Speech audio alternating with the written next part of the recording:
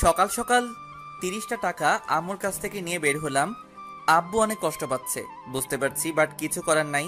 আজকে ভার্সিটিতে আমার পরীক্ষা, তাই তাড়াতাড়ি করে বাসের জন্য বাস স্টেশনে দাঁড়িয়ে গেলাম।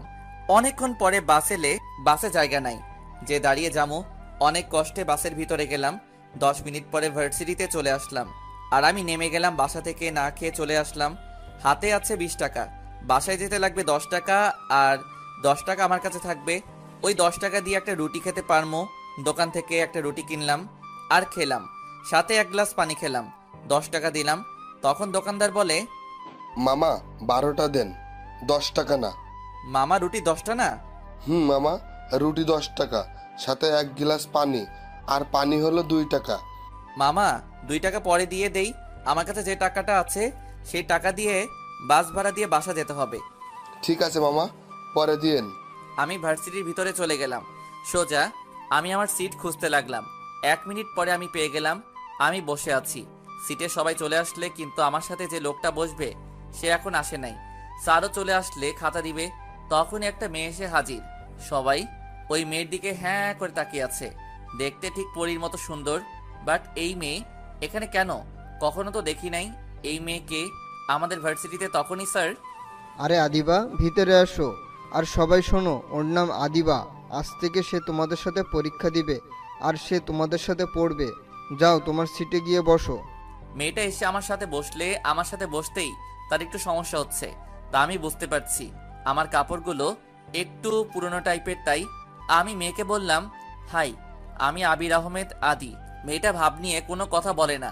তখন বুঝলাম মেয়েটা বড়লোকের দোলানি, তাই এত ভাব। স্যার খাতা দেওয়া শুরু করলে, সাথে প্রশ্ন। সবাই লিখতে শুরু করলে। আমি আমার মতো করে লিখছি।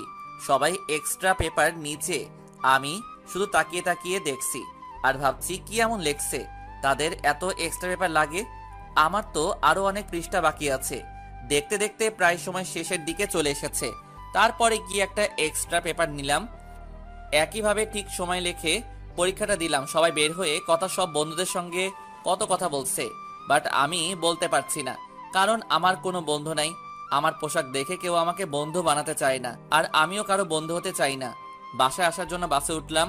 10 মিনিট পরে আমাকে বাসার কাছে নামিয়ে দিলে আমি বাসায় ঢুকি। তখন আমার কলিজার টুকরা বোন আমার কাছে এসে হাজির। ভাইয়া, ভাইয়া, আমার চকলেট কই? সরি কলিজা, আনতে মনে নাই, কালকে আনবো কেমন? আমার কাছে টাকাও শেষ হয়ে গেছিল, যার কারণে চকলেট আনতে পারি নাই। আমি প্রতিদিন ভার্সিটি থেকে আসার সময় চকলেট নিয়ে আসি। আর হ্যাঁ, আমার ছোট বোনের নাম মারিয়া। আচ্ছা। ওই পাগলি, রাগ করিস কেন? বললাম তো সত্যি মনে নাই। তখন আম্মু বলে, আদি, ফ্রেশ হয়ে খেতে আয়। আমি ভাত বাড়ছি, মারিয়া এখানে আয়। আচ্ছা আম্মু, বলে উপরে চলে গেলাম। গিয়ে ফ্রেশ হয়ে নিচে এসে দেখি আব্বু টেবিলে বসে আছে, তাই আমি আবার চলে গেলাম উপরে। আমি আর মারিয়া অনেকবার ডাকছে খাবার টেবিল আসার জন্য, বাট আমি চলে গেলাম আমার রুমে। কিছুক্ষণ পরে আম্মু আর মারিয়া খাবার নিয়ে আমার রুমে আসলে, তখন আম্মু বলে, আর কত কষ্ট দিবি তোর বুড়ো বাপটাকে? সে অনেক কষ্ট পাইছে। তো আমি কি করব সে কষ্ট পেলে? তুই কি করবি মানে? তোর বাপের সাথে আজ থেকে 4 বছর ধরে কথা বলিস না। একটু কথা বললে কি হয়? সে না হয় একটা ভুল করেছে, তাই বলে তুই আর তার একমাত্র ছেলে হয়ে তার সাথে কথা বলিস না? তার দেওয়া কোনো গাড়ি বা পোশাক নিচ্ছিস না, সব সময় পুরান পোশাক পরে ভার্সিটিতে যাস। তারও আবার লোকাল বস দিয়ে তোর বাপের অনেক কষ্ট পায়। কার জন্য সে এত টাকা ইনকাম করে বল?